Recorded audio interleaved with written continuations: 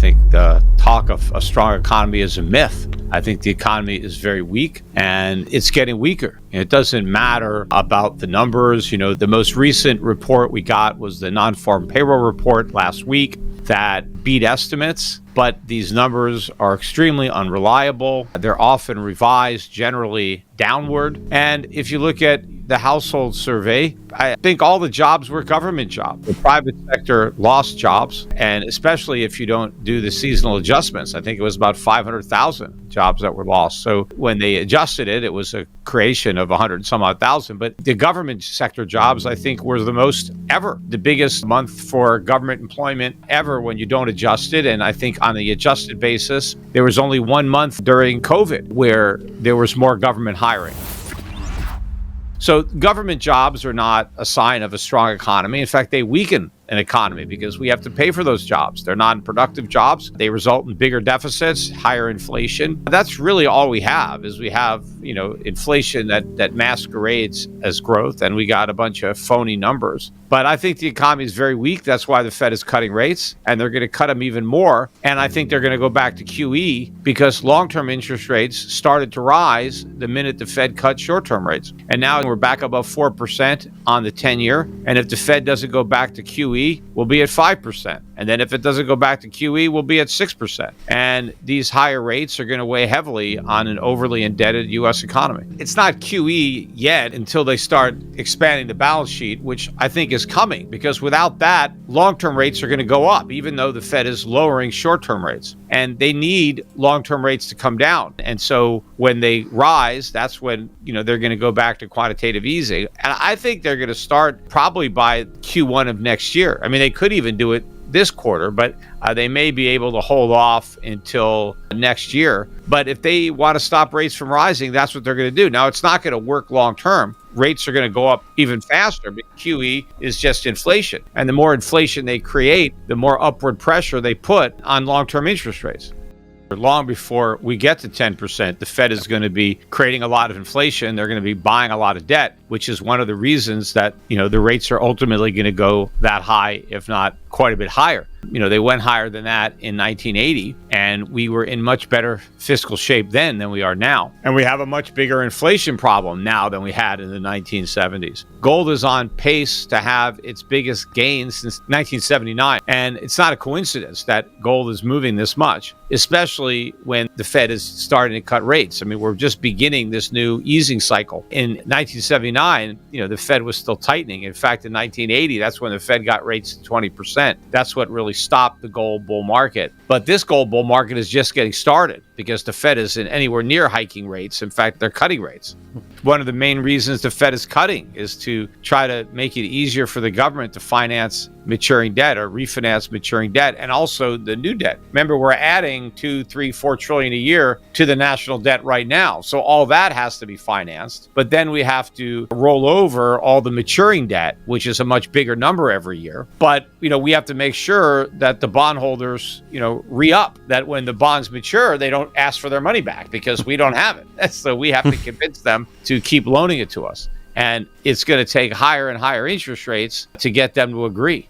If you go back and look at the break-even spreads between treasuries and tips, and you go back and look where they were at the beginning of 2021, 2022, 2023, 2024, bond investors keep expecting inflation to be close to 2%, even though, we've had 5%, 7%, 4%. Their actual inflation rate has been well above what investors have expected in the bond market. And that's the case now. I mean, every year, no matter how bad inflation is the prior year, the bond market is just assuming that it's going to be 2%, for the rest of 30 years. So at some point, the bond market is going to have to come to terms with reality that this 2% target is all fantasy land, that the Fed isn't going to even come close to achieving that. It's all the pretense, a smokescreen. Inflation will be much closer to 10% than 2%. In fact, it could be above 10%, but there's no way it's going to average anywhere near 2%. So the bond market is completely wrong. And at some point, that's going to have to be corrected. Remember, we got to 9.1. That was the high watermark this cycle. And that was the CPI. And that measure grossly understates the rate at which prices are going up. So if the government officially admits in the CPI that prices went up 9%, they probably went up closer to 18%. I just think, as a rule of thumb, just double whatever it is the government claims. And that's going to be a lot closer to the real number than the government number. So to get to 10%, we really only need 5%, right? Officially, and then we're probably there. But if we got to 9% last time, even using the CPI, we can go much, much higher next time, because it's a much bigger problem, because they're going to print even more money. They have to keep upping the size of the stimulus to keep the game going. And I said that from the very beginning. In fact, when they stopped QE the third time, I said, well, when they do QE4, it's going to be bigger than 1, 2, and 3 combined. And in fact, it was. When they restarted QE, they actually increased the balance sheet by more than the entirety of the first 3 rounds of quantitative easing. So the next round could be bigger than the last 4. So we got up to a, $8 trillion balance sheet and change. Right now, it's about $7 trillion. But the next round of QE could take the balance sheet up to $15 trillion.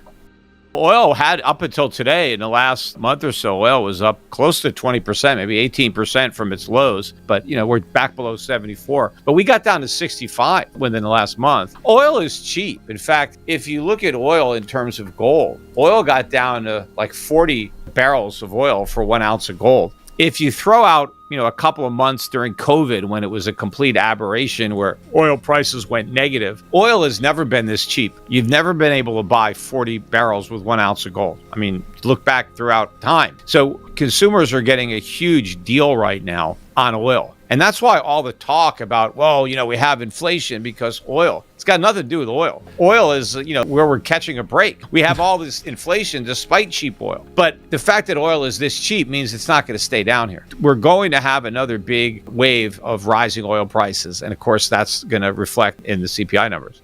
The trade deficits are enormous. We've had record trade deficits earlier this year. The fact that they're slightly below all-time record highs, the fact that we're running these massive trade deficits in and of itself is evidence of a weak economy. The fact that they're not quite as massive as they were a few months ago doesn't change anything. I mean, one of the reasons that the trade deficits may finally be coming down is Americans are just so broke that they can't buy any more stuff. They're maxed out their credit cards. Meanwhile, credit card interest rates just hit a new record high. They're still moving further above 21%. So the Fed rate cuts hasn't brought down credit card rates. They keep going up. Haven't brought down mortgage rates. They've been inching higher. So Americans are still struggling with rising interest rates, even though the Fed has cut them. I think that the huge trade deficits reflect the underlying weakness of the U.S. economy. I think it was the latter part of the 1980s that we stopped running surpluses and started running deficits. And that's why now, instead of being the world's biggest creditor nation, which was true in the 1980s, we're now the world's biggest debtor, because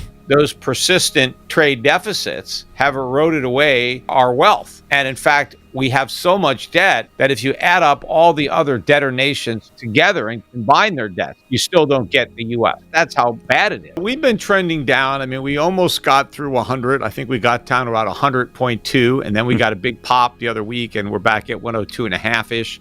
That was because we got some economic numbers like that jobs number we talked about, a few others that were not as weak as expected, or what some consider to be strong. And so that pushed back some of the rate cut bets. So that got the dollar to balance. But the trend is down. The Fed is cutting rates. The economy is weakening. That narrative will be back on the front burner once we get some more negative surprises on the economic front. Meanwhile, manufacturing numbers have been dismal the entire time. We continue to lose manufacturing jobs. All the manufacturing ISM PMI numbers are solidly in contraction mode, and they've been there for a couple of years. So nothing has improved on the manufacturing front. Yeah, we have more people tending bar and waiting tables. I mean, that was the biggest category of private sector jobs in the last jobs report, waiters and bartenders. Now, I mean, you can't build an economy on waiters and bartenders. I mean, the problem is some of these waiters and bartenders used to work in manufacturing, and now they're waiting tables. That's the only thing they can do. And a lot of these jobs, the reason we create so many jobs in restaurants and bars is because they're part-time jobs. And that's just how they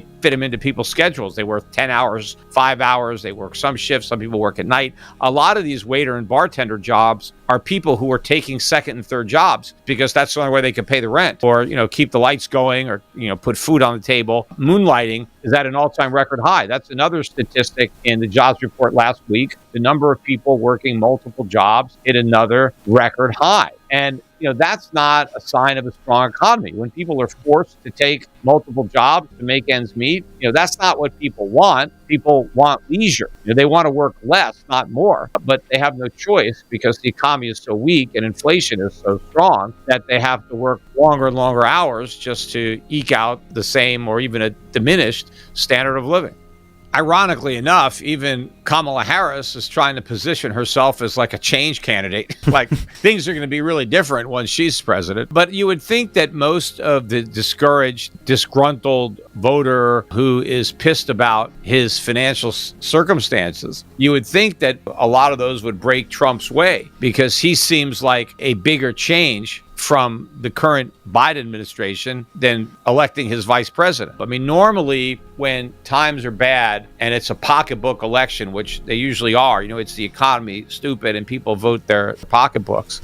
It's normally, well, let's throw the bums out, right? Whoever's in charge when times are bad, let's get rid of them and let's bring in somebody else and give them a chance, and so that should benefit Trump because, he's on the outside right now, especially when he can point to what the economy was like when he was president. Again, it wasn't nearly as strong as he claims. He claims it was the greatest economy ever. It wasn't. But in comparison to where it is now, most people were better off back then. And they know that, they're deeper in debt now and they see how much everything costs. The grocery bills are a lot higher. Their health insurance, their taxes, a lot of things have gone up. And even though oil prices have come down, gas prices are still quite a bit higher because you have a lot of other costs that are added into those gas prices, in addition to just what the oil costs. The things are going to get worse regardless of the outcome of this election. Inflation is going to be a bigger problem after the election than it was before. None of the candidates are going to likely do anything in the short run to alter that. I think that on the margin, Trump is better for the economy than Harris. I mean, Harris wants more regulation. That's obviously a negative. Trump is more likely to repeal certain regulations. That's a positive. And some of the tax proposals, particularly,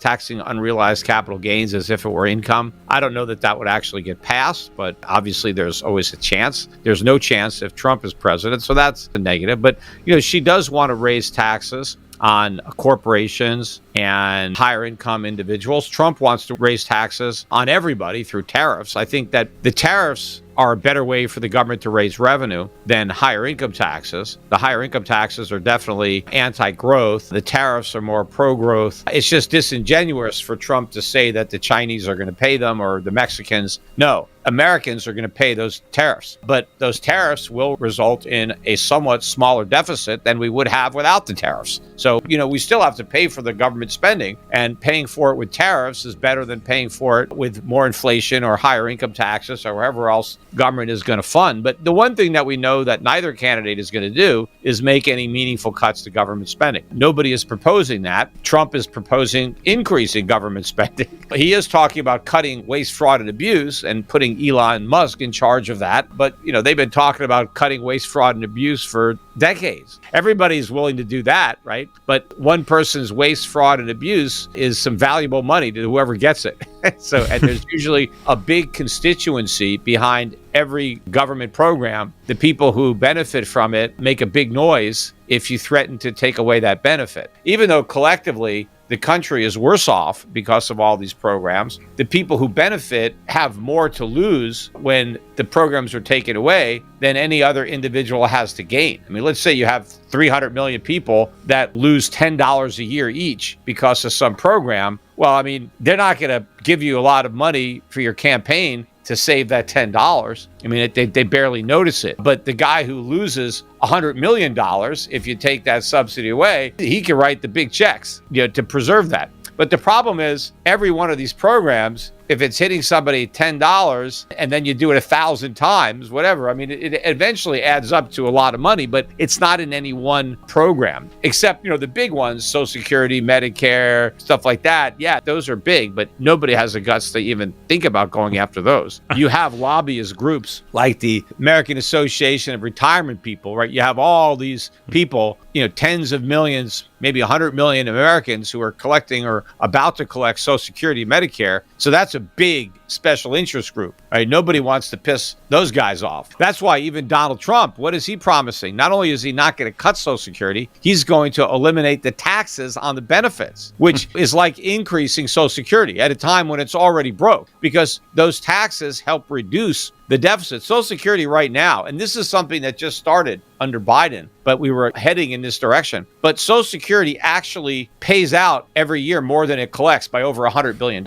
And that's with the Social Security taxes, offsetting the loss. So if we eliminate the taxes, then that $100 billion a year loss is going to be much bigger. And of course, it's scheduled to get much bigger every year anyway, because every year more people retire and they stop paying Social Security taxes and they start collecting. And we don't have enough new people entering the labor force to make up for the loss.